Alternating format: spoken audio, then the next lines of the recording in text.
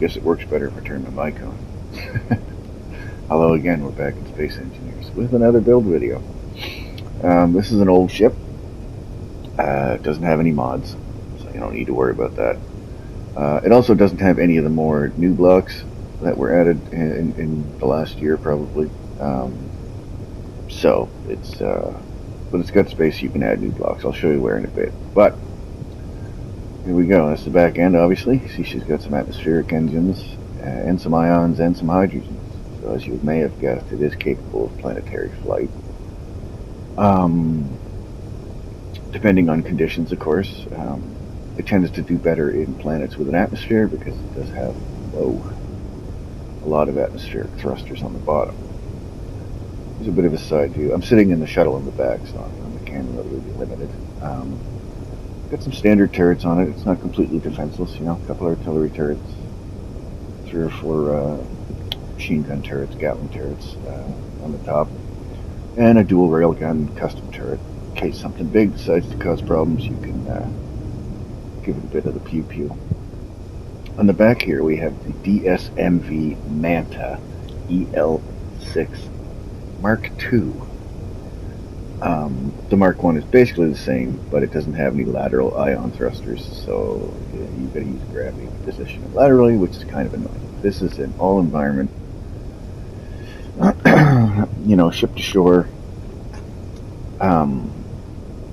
transport shuttle. You can get into space, out of space, land on any of the vanilla planets in the game without any issues and without requiring a great deal of piloting skill. And it's not all that big. It's got a low profile once the landing gear's up, so it fits in a fairly narrow shuttle bay. Anyway, the ship has a exterior shuttle landing pad, as you can see. So this is the passenger compartment of the shuttle. We've got seating for 6, hence the EL6. It's the executive landing pad. 6 for 6 people. You know, at the back, little tiny airlock, so you know, if you're not disembarking everyone and just 1 or 2 people want to get out, you don't have to depressurize the passenger cabin to get out. You lose a little bit of air, but this thing's got internal H2O2 gen, so it should be fine. Like I said, it's meant for all environments. It's got some big atmospherics, some lateral atmospherics. Ions for front and rear. You know, it doesn't use a lot of hydrogen. It does have hydrogen engines, but I reserve that mostly for, you know, rearward thrust. Way if you're trying to get out of a gravity well, you just tip it towards the sky and use the rear thrust to go up. It's capable of flight on just atmospherics on a normal planet like Earth-like. So, decent little shuttle.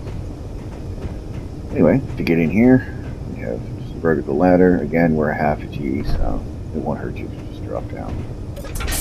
There's one on each side. We're on the port side right now. In here, we have the interior of the DSMV Viking LIEV, Light Interplanetary Exploration Vessel. Welcome to the festival. Anyway, so we got H2O2 gen, you know, we got some oxygen, 1 large reactor, 1 large industrial cargo container. We have a turret controller because there's a mining arm underneath the ship. And on the starboard side, we have another turret controller for the dual railgun turret. Some gravity gen, more oxygen storage, H2O2 gen, we a basic refinery, and an industrial assembler so you can make more complicated bits and pieces. That one, if you come in here, climb the ladder. Oops, wrong button. You come in here and you see we have the industrial assembler. You can access it here if you need to.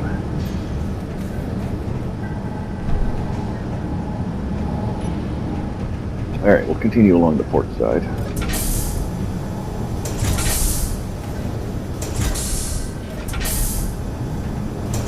And we move immediately into White corridors, which means your habitation. This isn't a warship of any kind. We were just in engineering, that's all there is. And here we can visually inspect some of the atmospheric engines, make sure they're all tickety-boo. Neat view of the front of one of them. In here, we have basic medical, a little bit of storage, and cryo tubes for the crew if they need them for whatever reason. Over here, we have, junior crew, double bunk, place to chill out, bathroom. And we'll go forward a little bit. This is just a cross passage. Go to the other side, so we'll do that now. In here, basic mess. Old school ventilator blocks. Didn't have the full ones at the time. But, all you need, have a bite to eat, look outside, watch some TV, textures are messed up as usual. In here, I just had an extra space. I didn't really know what to do with it, so I was like, well, whatever, suit storage for now. Hollow block if you need to project and print out any part of the ship for repair. But it would make a great server room. So if you need to add flight control blocks and event controllers and all kind of crap, you can put them in here. You'll have space for it. So like I said, this ship is upgradable without having to make any structural changes. And a little bit forward of that, here, a cornered passageway. This is just the forward airlock access. Nothing huge, but if you're down on a planet, you don't want to fly the ship around. You get a little. This is the DSMV Sparrow. It's an air bike. So just a little atmospheric runabout. I didn't park it far enough in, so it's kind of clipping into the hangar doors. Whatever. It's a fun little rig.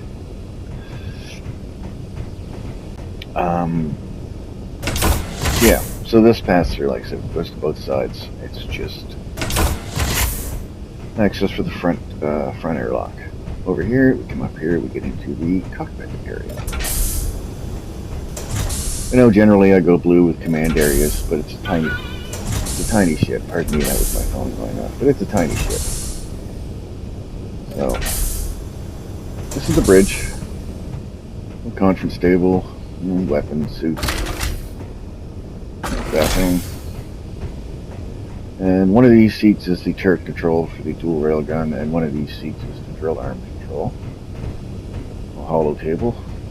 Over here, we have the captain's quarters, place to sleep, nice view, clothing, shower, washroom, everything a captain might need.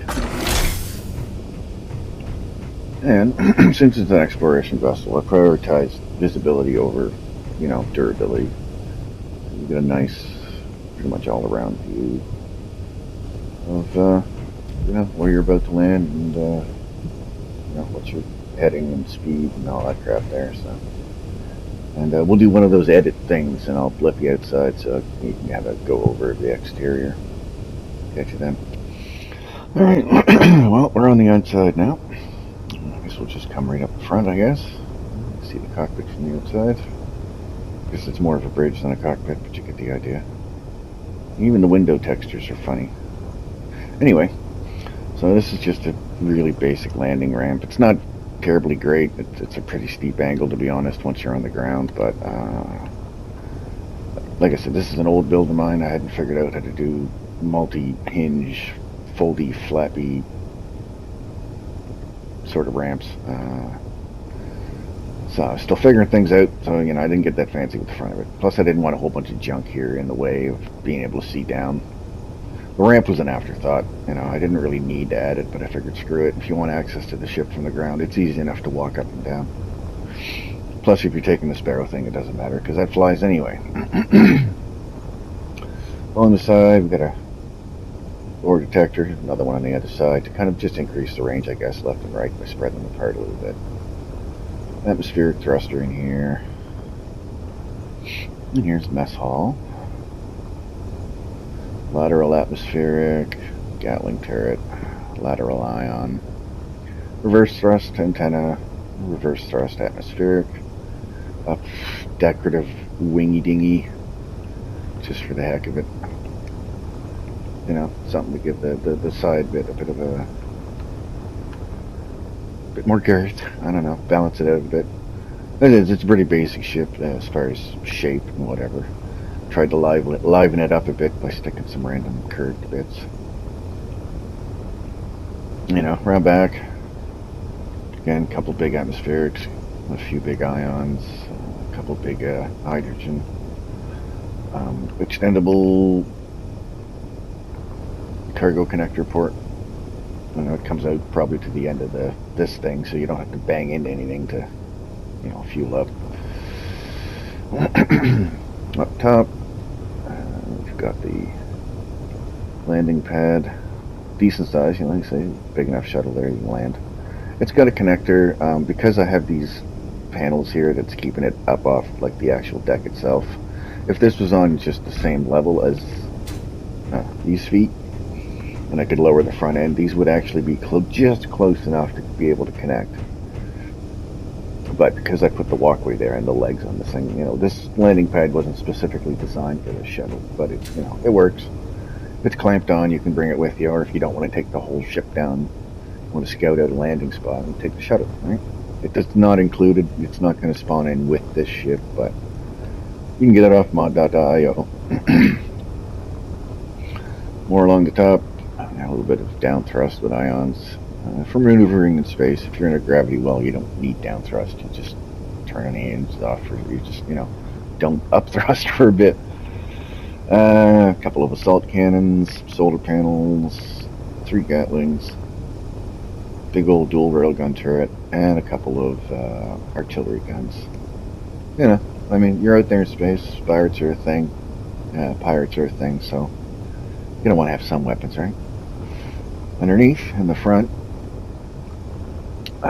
we have got some small atmos, some large atmos, some hydrogens. We have a remote controllable, unfoldable, extendable drill arm for collecting ice and refueling when you're out in the depths of space. I suppose you can come in for a quick hover in your drill on the planet, but it doesn't really have a lot of hydrogen fuel for hovering. So if you're somewhere without an atmosphere for the atmospherics to help, and it has a high gravity, you may have a bit of trouble. But if you're out in space, you come across an asteroid with some ice in it, you know, there you go. Folding landing gear. Keep it tucked up out of the way. More hydrogens, more big old atmos, a couple Gatlings, more hydrogens, more small atmos, and the rear folding landing gear and another Gatling gun. And there's some solar panels on this side, so, you know, you can catch a bit of sun from both sides. And we have a little bit of lateral ion thrust tucked underneath there. So, you know, it's not a nimble ship in really in any environment, but it's not going to feel slow. It'll do what you need it to do. That's all it meant to do. It's meant to go places and look at stuff.